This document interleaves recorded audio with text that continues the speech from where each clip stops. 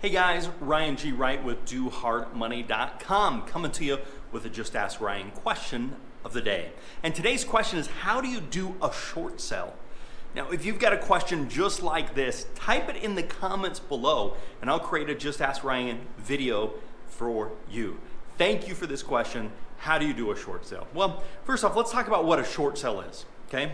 A short sale is a seller owes more on the property than what the property is actually worth. So for example, let's say that somebody owed $150,000 on a property, but let's say that property is only worth $130,000.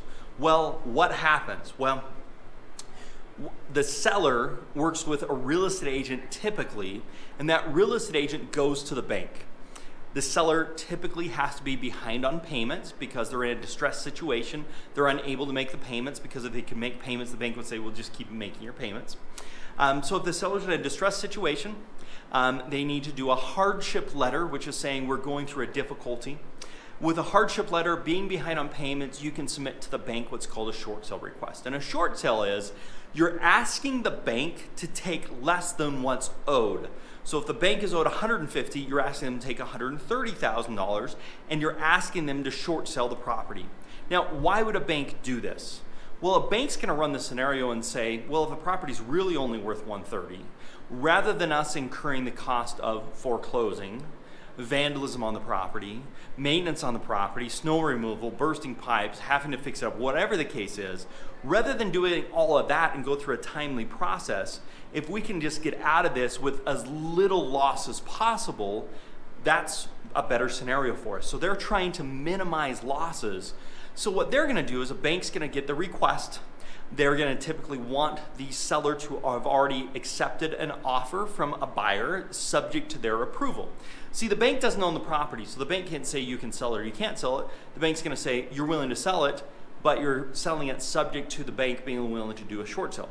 Then the bank goes through a long, laborious process where they typically send someone to the property, they try and determine their numbers, they're gonna look at what the offer is, and then they're gonna make a recommendation of say, yes, this looks like it would be a good deal for us to take, or they're gonna say, no, it is not. We are not willing to accept this, or if you get the price raised, then we may accept it. So that's basically what's going on here is the bank is taking less than what's owed on the property. They're going through a process and they're doing that to minimize losses.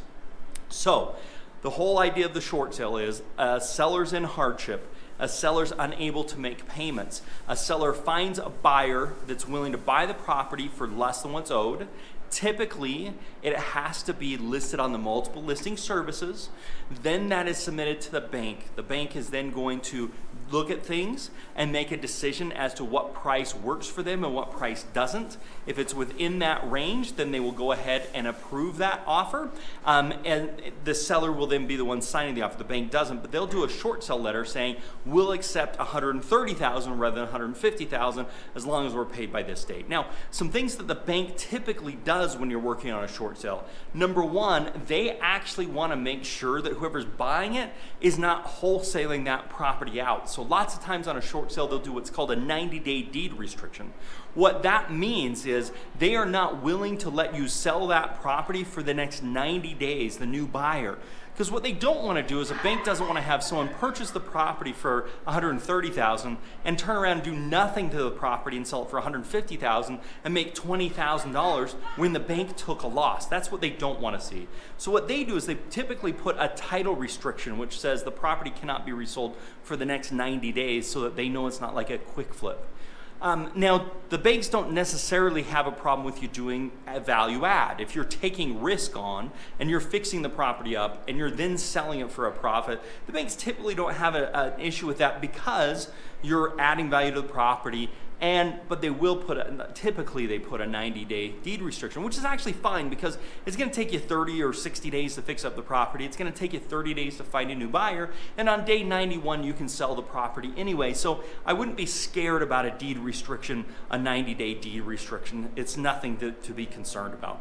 And so short sales are really popular when values are going down and people are having a hard time making payments. When you have a lot of people trying to do forbearance agreements, those are the types of scenario that you're going to be looking for. Typically in hot markets, you're not going to be seeing short sales happen.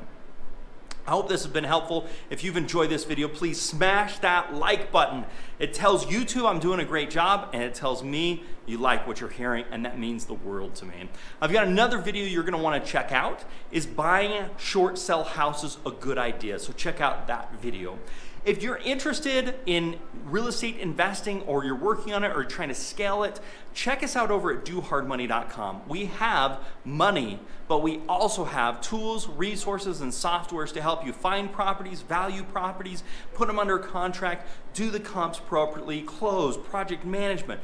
We're a one-stop shop, so check us out over at dohardmoney.com. I also have a blog post. I'm gonna link that and the video in the show notes below, in the comments. And what is a short sale? I've got a whole blog post on it. You're gonna wanna check that out as well. If you are interested in getting a copy of the purchase contract that I use, you can text me at 435-294-0433. Again, 435-294-0433.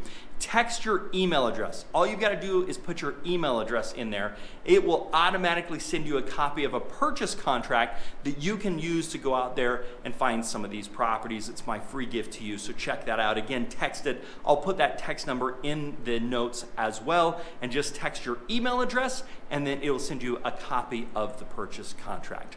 Otherwise, make it a very profitable day, and bye for now.